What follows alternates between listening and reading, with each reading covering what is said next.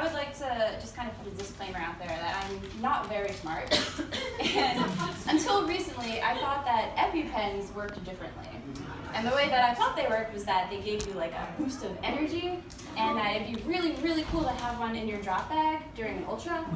So you could just, when you're running low on energy, take that sucker out, stab it in your leg, good to go, 45 miles. It's not true, do not take that lesson to heart. So, let me paint the picture for you for this race. It was my first ever 70-mile ultramarathon.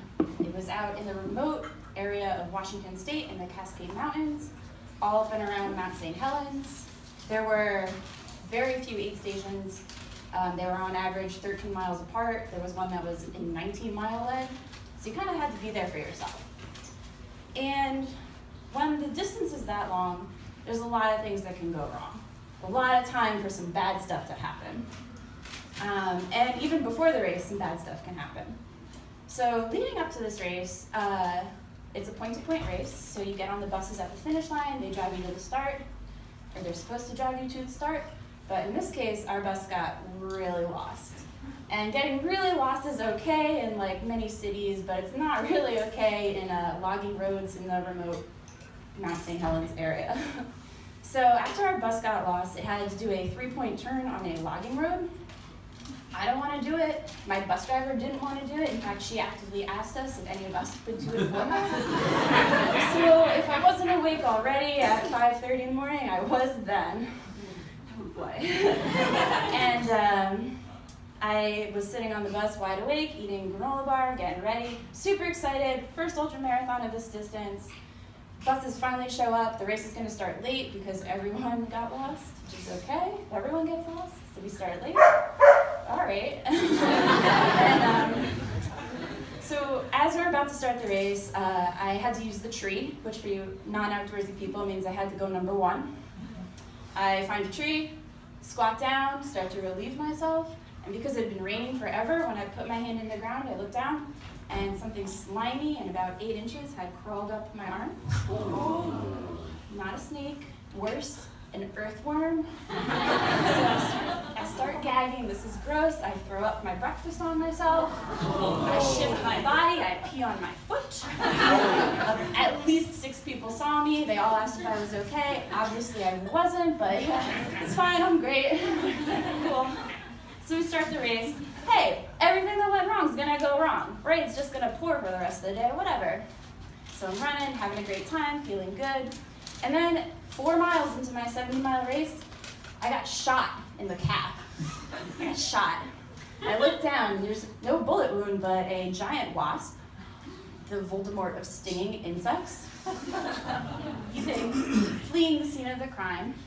And I couldn't see through my calf sleeve. I've never been stung by a wasp before. I'm just gonna keep running. So I make it to the first aid station at mile 11. I don't think about it, I'm feeling good. It's better not to think about things that are terrible. I keep going. I get to mile 30, second aid station. I pull down my calf sleeve and oh my God, my calf was gigantic. Looked like a giant pomegranate. It was oozing like a giant pomegranate. And just stare at it because I'm almost halfway through my race. And someone else's crew member, because I didn't have any help, looked at me and said, "Ooh, you need to go see the medic." So I go over to the medic and he asks where my EpiPen is. And given my knowledge of EpiPens, I just start laughing. And he's like, "This girl's insane. Why is she laughing? She's gonna die." Wasn't gonna die, everything's okay, obviously. And instead of panicking and looking for an EpiPen, they dosed me with a double dose of Benadryl.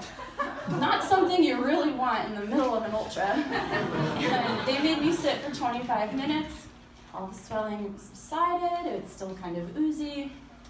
And they were like, "Okay, well, you're not gonna die, you're obviously not as allergic to wasps as we thought. Go ahead, finish the race." Double dose of Benadryl, not to pass out. So I thought about it, and I thought about how hilarious everything is and how you don't get to choose what happens in your races, especially the long ones. So instead of getting upset, which I'm very prone to do, I chugged a gigantic, large coffee, large one.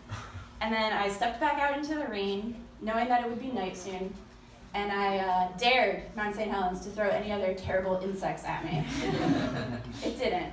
Just other deathly experiences that maybe I'll get to tell you about later. But yeah, life is, especially ultramarathons and life, it's not about getting to the end, it's about getting to the middle and making it step by step by step. Thank you. Yeah.